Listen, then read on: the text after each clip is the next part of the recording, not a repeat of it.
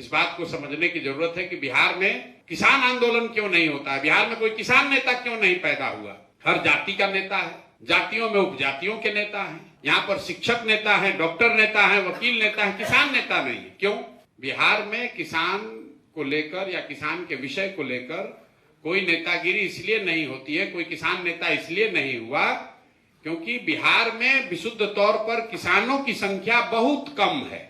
अब आप कहिएगा इससे कैसे है, हर गांव में हर घर में खेती हो रहा है। उसको समझिए, किसान वो है जिसके पास जमीन है, वो खेती करता है। तो बिहार में जिसके पास जमीन है वो खेती नहीं करता, वो खेत रेंट पर देता है। तो उसको इससे मतलब नहीं है कि धान का दाम इस बार 1600 हुआ कि 1900 हुआ, उसको मतलब है कि बटाई का हमको आधा रुपया मिलना चाहिए। और जो आदमी एक्चुअली खेती कर रहा है वो किसान नहीं है, वो विशुद्ध तौर पर मजदूर है, जिसने जमीन रेंट पर लिया है और अपने शारीरिक श्रम के एवज में अपने बच्चों के खाने भर उससे उपजा रहा है। वो किसान नहीं है।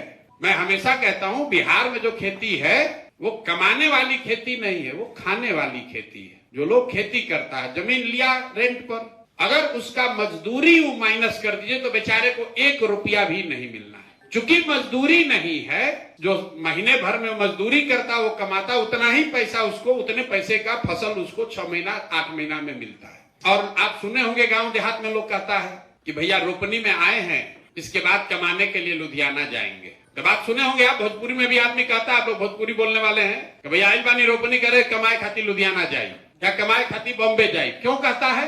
क्योंकि रोपनी करने आया है कि इतना उपज हो जाए कि बाल बच्चा भूखे ना मरे। 6000 8000 कमाने के लिए बाहर जाता है। इसलिए बहुत कम आप गांव में जाकर देख लीजिए, हम भी 5000 गांव में जाकर इस बात को हमारे मन में आया, पढ़ा, हमने समझा, उसके बाद जाकर गांव में भी देखा। अगर 100 आदमी खेती कर रहा है तो उसमें इक्का दुक्का ही ऐसा आदमी है जिसका जमीन भी है और वो खेती भी कर रहा है। तो चूंकि किसान यहाँ है ही नहीं, इसलिए किसान का आंदोलन